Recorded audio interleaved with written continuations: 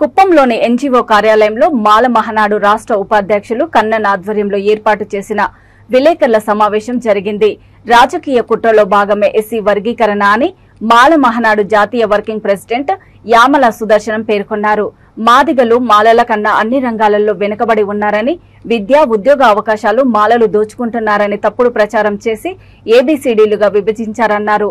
ఈ వర్గీకరణకు తాము పూర్తిగా వ్యతిరేకమన్నారు. ఈ నెల 19వ తేదీన మదనపల్లిలో మాల మహానాడు విజయోత్సవ మహాసభను నిర్వహించడం జరుగుతుందని ఆయన స్పష్టం చేశారు. ఈ సభకు స్వచ్ఛందంగా దళితులందరూ పాల్గొని సభను విజయవంతం చేయాలని కోరారు. ఈ సమావేశంలో మాల మహానాడు రాష్ట్ర ఉపాధ్యక్షులు కె కన్నన్, జిల్లా అధ్యక్షులు కందస్వామి, జిల్లా ఉపాధ్యక్షులు గుండా మనోహర్, జిల్లా కార్యదర్శులు కలై తదితరులు పాల్గొన్నారు.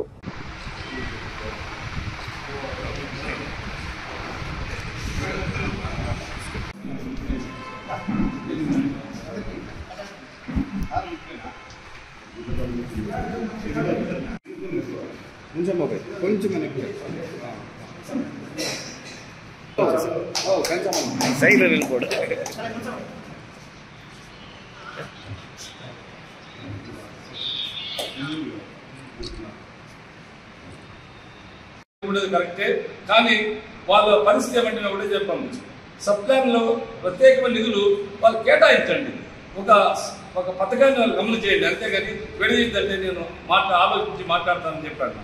తర్వాత ఆయన ప్రభుత్వం భవనం మరి మందకృష్ణ జగన్మోహన్ రెడ్డి కలిస్తే ఒకటే చెప్పాడు, ఈ సుప్రీంకోర్టు డెసిషన్ ఇచ్చింది దీనిపై పట్టించుకోమని. అయితే పూర్వకంగా జనసేన నాయకుడు నేను చేస్తాను వర్గీకరణ అంటున్నాను.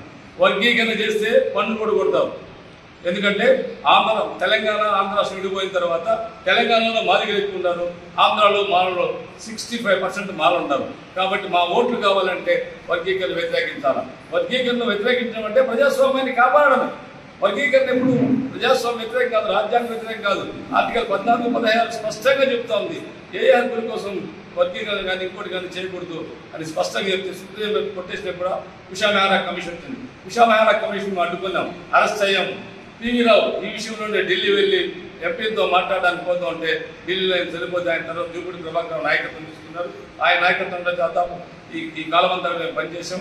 ఆయన మళ్ళీ రాజకీయాలకు పోవడం, ఇప్పుడు మళ్ళీ నేను తర్వాత జగడం సత్యనారాయణ, అక్కడ హసీన్, ఈ ముగ్గురు కలిసి ఉభయ రాష్ట్రాల్లో కూడా మాలమానాలను డెవలప్ చేస్తూ ఉద్యమాలను కంటిన్యూ చేస్తున్నాం. మరి 25 సంబంధంగా కూడా వస్తూ ఎక్కడ ఇబ్బంది పడ్డాం, ఏ సమస్యలు పడ్డాం, రాజ్యాంగపరంగా మనం ఏం చేసాము, డెమోక్రటిక్గా ఏం చేసాము, వీటన్నింటినీ ఒకసారి పునరుచ్చారణ చేసుకోవడానికి నెల్లూరులో సభలు పెట్టారు. తర్వాత ఈ నెల 19వ తేదీ మదనపల్లిలో పెద్ద ఎత్తున అన్నమయ్య జిల్లా, చిత్తూరు జిల్లాకు సంబంధించి విజయోత్సవాల్లాగా మేము చేయడానికి చేశాము. అంబేద్కర్ బాటలో మేము నడుస్తున్నాం. మేము ఎప్పుడు అంబేద్కర్ వ్యతిరేకంగా ఏమీ చేయలేదు. మా ఉద్యమంలో ఎక్కడ బస్సులు కంకిపెట్టలేదు, ఎక్కడ ఇళ్ళు కంకిపెట్టలేదు, ఆఫీసులు కంకిపెట్టలేదు, ఏ పత్రికా కార్యాలయం ధ్వంసం చేయలేదు. కానీ మేము ప్రజాస్వామ్యబద్ధంగా పనిచేస్తున్నాం. కానీ కొన్ని రాజకీయ పార్టీలు కూడా వర్గీకరణ చేస్తామంటున్నాం. మేము చెప్తున్నాం, ఏ రాజకీయ పార్టీ కూడా వర్గీకరణ చేస్తామంటే తాటా తీస్తాం, రాష్ట్రాన్ని అగ్నిగుండంగా చేస్తాం. మాల మహానాడు మామూలు శక్తిగా లేదు. 65-70% మామూలు ఎస్సీ జనాభాలు మేమున్నాం. రోజు రోజుకు ఉద్యమం పెరుగుతుంది. కాబట్టి రేపు 19 ఉత్సవాలకు పెద్ద ఎత్తున మాలందరూ రావాలా. మరి అదే 20 సంవత్సరాలు పనిచేసిన పెద్దలందరినీ పిలిపిస్తున్నాం. వాళ్ళ దగ్గర కూడా అనేక సందేశాలు ఇప్పిస్తాం. కాబట్టి అందరూ రావాలని కోరుతున్నాం. ఈ అవకాశం పత్రికా మిత్రులకు, మా నాయకులందరికీ జై భీమ్.